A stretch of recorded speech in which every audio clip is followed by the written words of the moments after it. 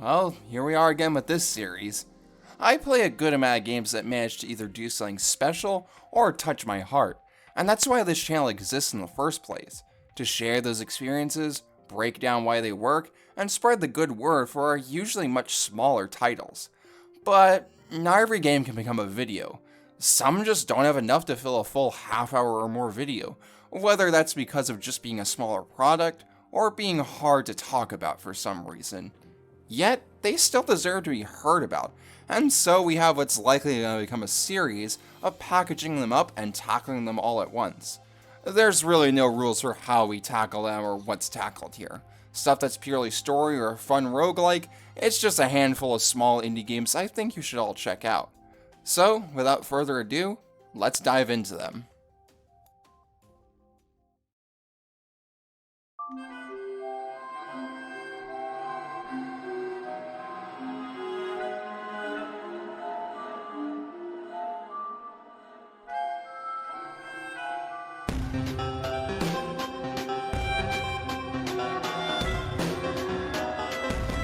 The Hex is a multi-genre indie game developed by Daniel Mullins, and if you follow indie games at all recently, Daniel Mullins should be a somewhat familiar name.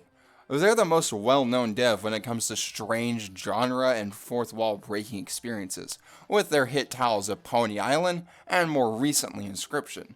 They have a unique way of making their games that's always caught people's eyes, with flashy meta stuff along with the insane ARGs they like to pull as well. But despite how successful two of their main releases have been, thanks to those elements, the Hex seems to have been forgotten somewhat. The Hex has a pretty basic yet also intriguing premise to it. You find yourself at the Six Pint Inn, where several video game protagonists are visiting, only to hear that one of them is planning a murder. You follow these protagonists through the night of mystery and intrigue to hopefully figure out who the killer will be. But the aspect of them being video game characters isn't just for some meta commentary and jokes, as through the night you get to glimpse into everyone's past to see the games they came from, and how they ended up here outside of them. Each one gives you a taste of a different genre, and a whole new way to destroy the fourth wall. The game has all those classic Daniel Mullins strengths, with creative ways to pull off meta elements, and do things only a game could pull off. Yet here, it's used much more in a very different way than his other games. In Pony Island, the meta stuff is used more so as an addition to the game. They end up feeling like cool moments, but not something that truly adds to the overall narrative. And while Inscription does take some of the meta concepts into its main story more, the Hex uses it all as the backbone of its narrative, and handles it in a very different direction, as it instead uses it to craft a very emotional story with all these characters. Things that would have been one-off jokes in Pony Island now are actual plot lines, such as a game being modded to hell and back, or a game character's rights being tossed around between companies, with actual thought put into how it will affect these characters. Self-aware video game characters are something that's been done so many times in other pieces of media, and can easily end up way too cheesy. And Hex feels like it could have easily ended up like that with its premise, but it handles the idea of self-aware characters in a much more nuanced way than you may expect from the premise. They all accept their places in this world in very different ways, from simply accepting their roles, to trying to fight for the place they want, to the classic not wanting any part of the game, to fighting back, or even not being self-aware at all, and that being even worse in the long run. Not only are they taken in very different ways instead of just going with the cliches, each character also has lots of charm and personality to them. Aside from the obvious mute, they're all easy to get attached to, especially when you see the deeper levels to their character once they get taken out of their element. These aren't just caricatures of video game tropes. They're real people just put into these situations, and that really plays into the overall themes and tone of the Hex. You can end up getting very invested in their stories, as they have some emotional punches that can really hit at times, especially with stories like Bryce's or Russ. And that was absolutely not what I was expecting from this sort of premise, but there's a real heart and soul put into the characters, and it allows the major plot with Game from its greed and the dev's incompetence, leading to all these characters suffering, to really suck you in and want to find out more. But the multiple genres thing isn't just for the story, as while you see these characters pass, you get to play through their games they inhabited, each with their own gameplay to them. While some genres such as fighting games are simplified and made to something else, the rest end up as honestly really fun experiences to go through on their own. The later half of the game goes way harder with its gameplay than it has any need to, managing to make those meta elements into really fun gameplay mechanics. It's just a surprise that with this much variety in game genres, that it all manages to be either good enough or really fun to play. None of them feel shoehorned in with just lackluster gameplay for the sake of a cheap gag. They feel like they understand what makes these genres and themes enjoyed, and the sections feel like love letters to them instead of the parody they could have been. It ends up where none of the gameplay styles ever feel like a slog that you need to just get through for the sake of seeing the rest of the story, aside from maybe the RPG, but also that's totally my fault for going the long way. All of it comes together for a really fun experience that manages to keep you captivated the whole way through. It has that Daniel Mullins touch that makes it an unforgettable experience with such standout moments that will absolutely stick with you. And everything except maybe presentation. Yeah, one of the main complaints and reasons why people haven't given the Hex a try is the art style making it look a lot cheaper than it is. While it is something that does grow on you as you play and has some charm to it, it could have been made a lot more appealing and polished like Mullins' other games. It's the one problem I have with this incredible work, aside from an ending I'm still split on. But if you can look past the cover and enjoy anything meta, give the Hex a try. It's a real treat.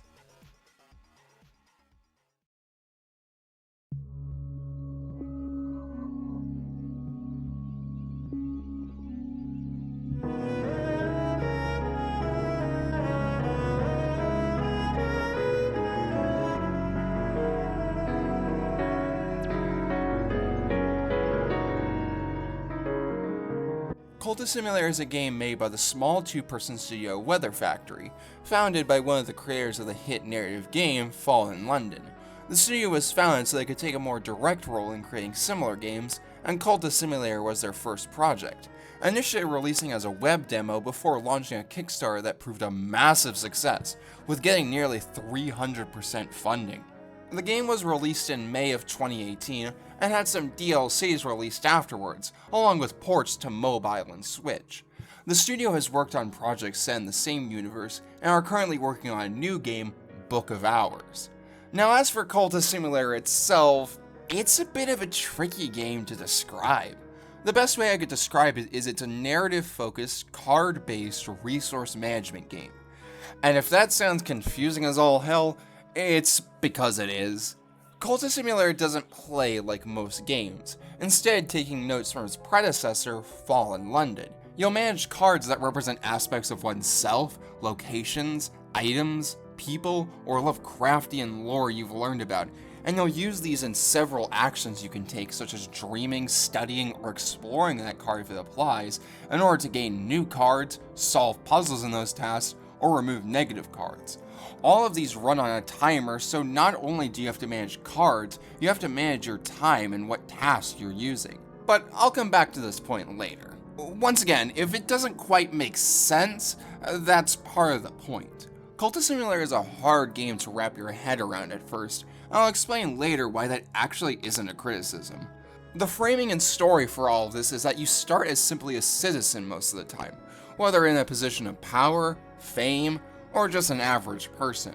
But soon you discover occult knowledge the world wouldn't want you to know, and you gain higher goals. Soon enough, you form a cult to hopefully ascend into the strange realm known as the Manzis. In order to do this, you'll need to go through old books you need to translate, abandon occult locations, conduct rites to perform magic or summonings, educate your followers, and scale through the glimpses of the Manzis you get in your dreams with this knowledge. All of this while managing your own mental state and avoiding being taken to trial by the Suppression Bureau. This already forms a really good premise to get players hooked, as we too want to unearth that knowledge and see the secrets of the occult. And that classic Lovecraftian feeling of curiosity and discovery is something Cultist Sim absolutely nails. One thing I heard said a lot about Cultist Simulator is that part of the appeal and challenge is learning how to actually play Cultist Simulator. Everything I mentioned before about the core gameplay being somewhat hard to understand works because of this feeling it gives the player. It really is part of the game's challenge to learn how systems within it work, as the game has no tutorial except maybe a tiny bit in the form of the default start you get, which does introduce things slowly and easier than other scenarios. But other than that, you have no clue how aspects like seasons, the bureau, combining lore, upgrading followers, or even the basics of each card and situation's aspects, which can tell you a lot of what you need. The game is made to be harsh and confusing on the player, as it overwhelms them with knowledge in things they likely won't understand, leading to their downfall. But eventually you begin to piece together how to handle situations, with nothing more than your own intuition. You learn how to discover locations, how to obtain and combine lore, and eventually crack the game systems wide open if you understand the seasons and aspects. And these moments of discovery absolutely nail the feeling of unearthing your own understanding of occult knowledge. Through these mechanics, it puts you into the shoes of your character, and it's a feeling that I can't quite describe, but it's so satisfying. Nothing is more satisfying than the wonder you feel finally discovering, accessing the Manzas. No game has pulled off a feeling of finding something wondrous like that moment did. Perhaps this is all still confusing and it sounds like insane rambling, but the game pulls off this harmony between its mechanics / player experience and the Lovecraftian tone and atmosphere it goes for. It makes for an absolutely engrossing experience to learn. But beyond that, once some of the mystique wears off, the game is still really fun and addicting to play. Once you understand the mechanics and usual roadmap for a playthrough, it becomes an interesting resource management game where you need to balance finding lore and items for your ascension while not being too reckless and either going insane or being imprisoned. It makes for a very fun experience that offers the player a unique type of strategy to consider. One thing I didn't expect to make the game fun was the timers. Usually timers is something I don't enjoy that much in games. They feel more like a case of wasting a player's time when you could either make it instant or add an actual engagement to it. But Cultist Simulator turns this into one of its strongest aspects, as due to everything being done with timers that end up being pretty quick with 60 seconds or less for most, you rarely have moments where you find yourself waiting on one timer so you can continue to make actual progress. Instead, it's only tiny waiting moments before one of your timers is done, you consider the next decision, start the timer again, and then a moment later your next timer is done. It constantly keeps you engaged and thinking, plus it makes the game incredibly addicting and hard to put down. You're always hooked by the progress you're just about to make with that next timer. It's incredible how it turns what could have been its downfall into its greatest strength. And lastly, the game is very narrative focused like I mentioned before, because it is just oozing with lore and atmosphere to it. While the main story is usually the same, the game is built to where it feels like through your small actions, you're creating your own story for your character. Those moments that range from losing a friend to the Suppression Bureau, to making a connection with someone, or losing their highest position due to their occult connection, makes each run into something memorable. And beyond what the player makes for themselves, the game has a lot of writing to offer. Every single action and event in this game has wonderful prose and description that go along with it, which either just has so much emotion to it, or fleshes out the world with tiny bits of lore. A lot of games would usually play it easy and safe, with making their esoteric occult stuff into total nonsense that isn't connected at all, but still gets across that Lovecraftian feel. But Cultist Simulator goes further, as it actually builds up a strange pantheon with the lore of the Manzas that you have to slowly piece together yourself. Not only does it add to the feeling I mentioned before of putting you into the shoes of someone unearthing this ancient knowledge, but the lore itself is also fascinating and spreads through the entire game. I can't pretend to understand all of it or be able to explain it here, but the Manzas and the cults of the 8 aspects are so fascinating with their own lore, from the Forge of Days and the idea of creation through destruction, or the lore most will discover of the Watchmen and the illumination of things one cannot understand. It's incredible how it all links together into something you almost grasp, but is still beyond comprehension. It pulls off that Lovecraftian eldritch feel perfectly, but with its own little spice thrown in. Now, despite my high praises for the game and how much it appeals to me, I do have to give a fair warning that this is not going to be a game for everyone. The game has found somewhat mixed reception among people, and for fair reason. The way that the game is esoteric with how it works can easily push people away, and finishing runs can honestly be a bit of a slog. The game itself also just won't appeal to everyone. While I really enjoy the rich atmosphere and reading mixed with gameplay, others might find the gameplay tedious and the reading boring. But I recommend that if it sounds interesting, to at least give it a shot. It's certainly an experience unlike any other, and I cannot wait to see Weather Factory's next game in this style.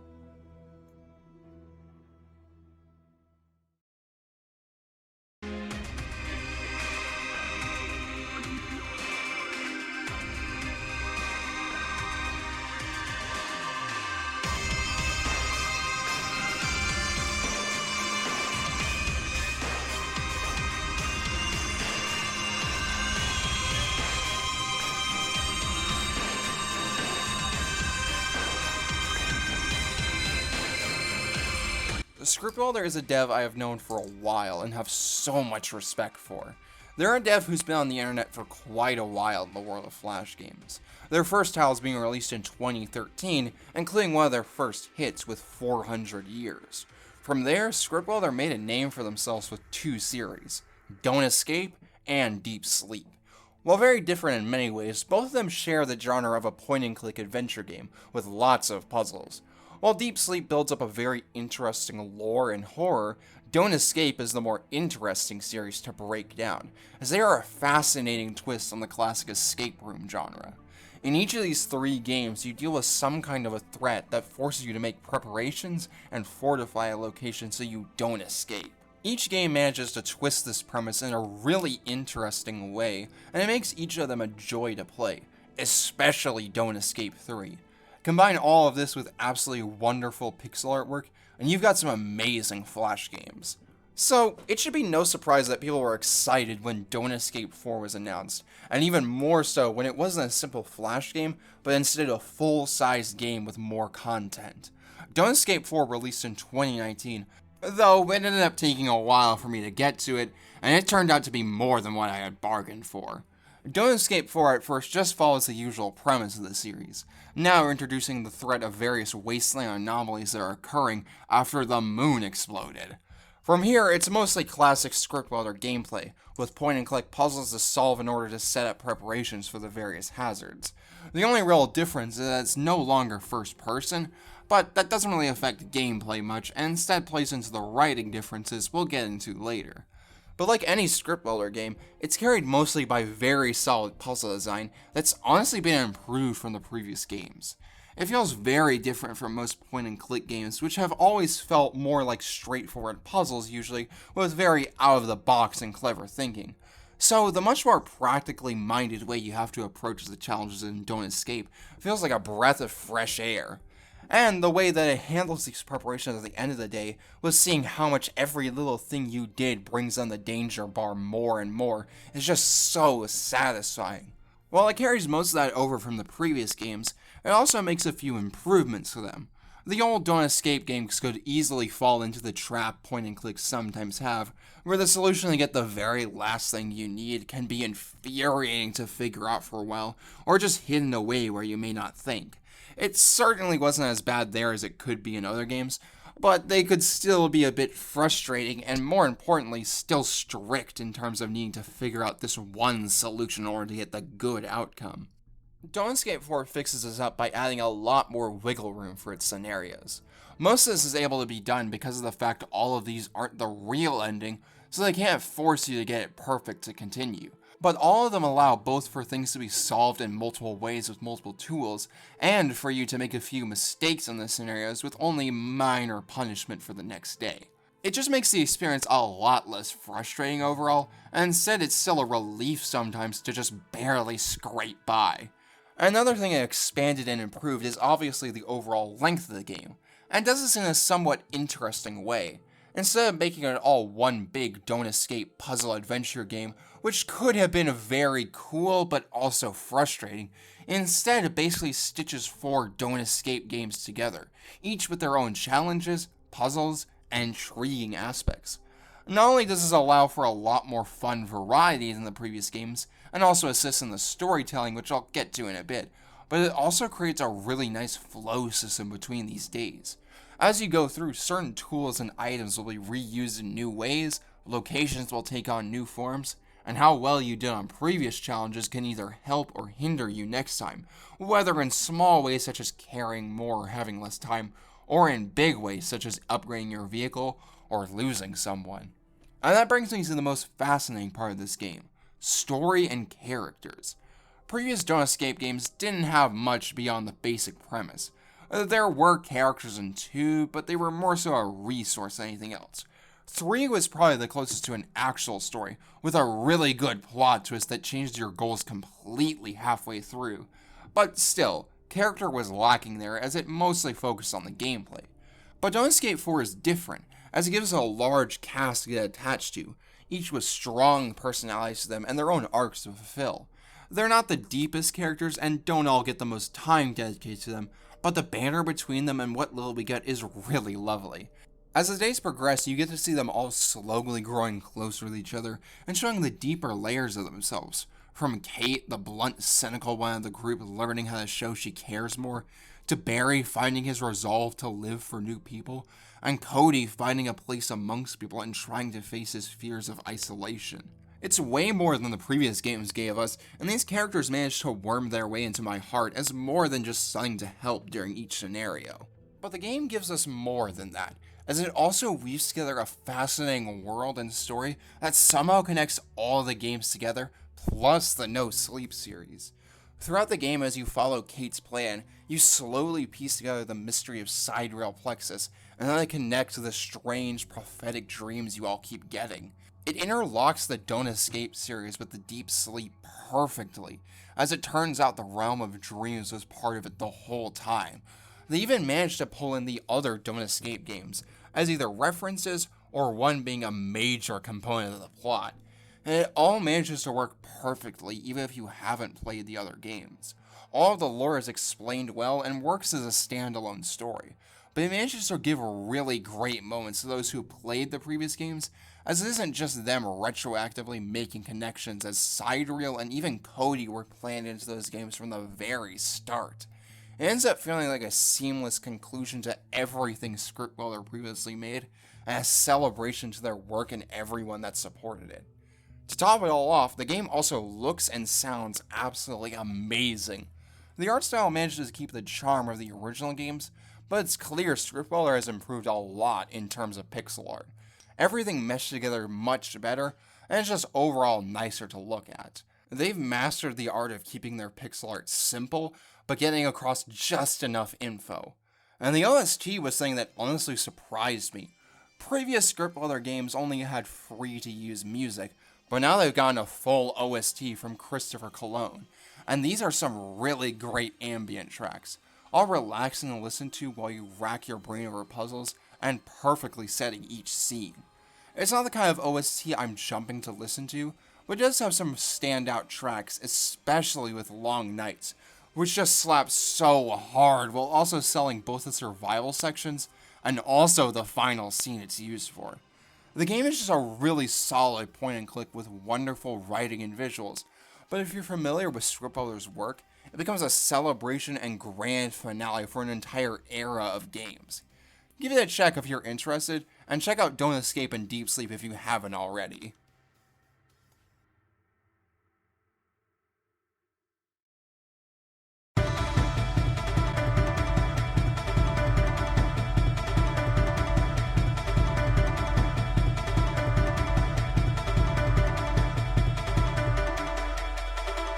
Otto is a Metroidvania game made by Tiny Warrior Games, aka the solo dev Brendan Song, and it's probably a game you've never heard of until now. This is a game that absolutely slipped under the radar, since it didn't really have any sort of publicity or a publisher. And that's a real shame, because this is a gem that I hope people will try out more than anything else I've shown in this video. Otto is a Metroidvania game like I said before, set in a Japanese and Eastern-inspired setting of cat people. You play as a nameless warrior simply trying to settle down with his family when a strange cult of masked warriors kidnap your child, and later, with the help of a demon, they take your whole family from you. Your goal is to track down the kidnappers and stop their evil plans by any means necessary. As I said before, the game has, from what I can tell, a strong Japanese aesthetic, and while many pieces of media try for this aesthetic, Otto manages to do it better than most I've seen, as this game is absolutely gorgeous. The pixel art style can look a little generic at first, especially with the screenshots they show, but my god does it come together for a real treat. The sprites themselves are all pretty basic, but get the job done with fluid movement and being very functional. But every other aspect of the visuals just knocks it out of the park. The setting designs here are just so beautiful with the ways they use all these colors and they blend together into a tranquil environment. Not many of them have too many set pieces, but they still all manage to stand out for me, and some of them are just gorgeous to look at. The backgrounds for them are just so well crafted. The game also builds these settings' atmospheres through the theming, as the use of these eastern landscapes and objects just really pulls you into these environments in a way I can't describe well. And the OST absolutely sells all of this. While not the most professional sounding thing ever, Otto has a wonderfully composed soundtrack. The OST was made by Brendan Song along with Christopher Dingman, and it's filled with lots of Eastern instruments of different kinds that sell every moment in the game, from tranquil environments to pounding taiko drums for the various fights in the game. Each track is really distinct, especially considering how many of them there are with bosses and areas. They all manage to be a joy to listen to. The game controls like a standard platform with a basic run and jump to start with, and gaining more complex movement options as you continue. While in my experience it took a bit to get used to, the controls here are really tight and feel great to use. With perfect speed and precise jumps, it makes exploring the world tons of fun, especially once you add in the abilities you gain. The abilities in a Metroidvania can either make or break the experience, as they're the main thing to differentiate the game from others in most cases. And thankfully, Otto has a great display of powers here. While some of them are just more basic movement options like a dash and double jump, and some are purely combat upgrades, many of them bridge the gap between the platforming and combat by having use in both contexts. A spin move may allow you to fly with these pinwheels, but it also makes for a heavy hitter that leaves you stuck in place. The move that I found to be the centerpiece and most satisfying is definitely the signature slash, taking inspiration from samurai media as you charge for a moment and then focus on an enemy and slash through them in the blink of an eye. Not only is this a solid attack, it also is used as somewhat of a dash for platforming challenges, as you string it together to reach places, and its use in fights leads me to the game's excellent combat. Otto takes a lot of inspiration from Hollow Knight for combat, and that is clear as day. Your main move is a simple slash that can be used to bounce off things, and later you get a magical blast and downward dive that uses energy that you get from attacking. It's not exactly subtle. But copying this formula is not all a bad thing, as combat was one of Hollow Knight's strongest aspects, and it carries over here as the combat feels quick and full of movement as you bounce around and dodge roll through attacks. The game doesn't really have normal enemies for the most part, at least ones you deal with often, so the game is really focused around tons of unique boss fights, and these one-on-one duels are where Otto really shines. Despite how many of them there are in the game, each boss has something unique about it in terms of challenges, and learning all their tricks and their weaknesses to exploit is so satisfying. And this one-on-one sword fighting has a few mechanics that make it even better and let the game honestly improve on Hollow Knight's combat. The main one of note is the parrying system, as with the slash ability or any magic, you can observe your opponent and carefully wait for them to flash as they charge a bit attack, and then strike at the right moment. This will send them into the air, unable to attack because you can score some free hits on them. And not only is this something that makes boss fights an absolute joy, it also really sells that feeling of needing to carefully watch your opponent and strike at just the right moment, just like an actual duel. It's something I'm not able to put fully into words well, but the combat is just so good in this game, and it's something that will absolutely keep you wanting to play. And also important for a Metroidvania is that the game nails the exploration and pacing. The game actually doesn't have much exploration near the start, as the prologue puts you through a linear path between fights, and mostly is there to teach the player the core mechanics of the game before they drop the player into the open world with their goal. But once the game opens up, it becomes an utter blast to explore this world, as it keeps a perfect pace between unlocking new abilities, finding bosses, and opening up more and more gates within the world, as you slowly knock out your new goals. It's just one of those Metroidvanias where it feels as if everything is introduced at just the right time to never have a dull moment, or one where you don't know what your next goal is. It just keeps you hooked the whole way through right to the end, and those moments of opening new areas with your skills are just so wonderful to experience. And that exploration plays into the last aspect I want to discuss, the overall story and experience. The game's story is told without a single word, and yet it still manages to craft an utterly engrossing experience through the small moments it has. The overall plot is pretty good, and it works mostly as just a premise to get the hero on the journey and set up the bad guys.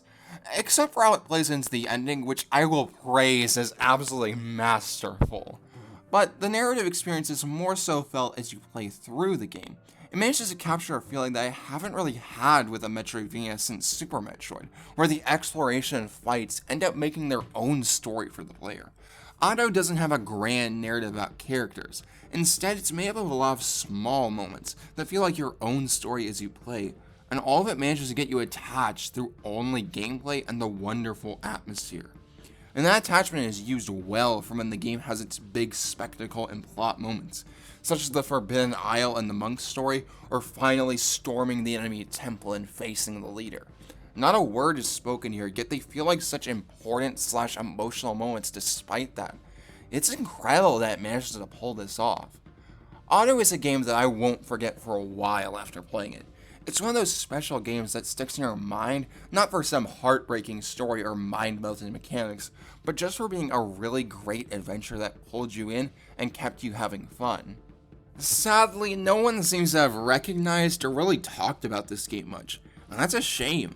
Seriously, if you even remotely like Metroidvanias, give it a shot. It's really something special. But that's all for now. See y'all in the next video, wherever that takes us.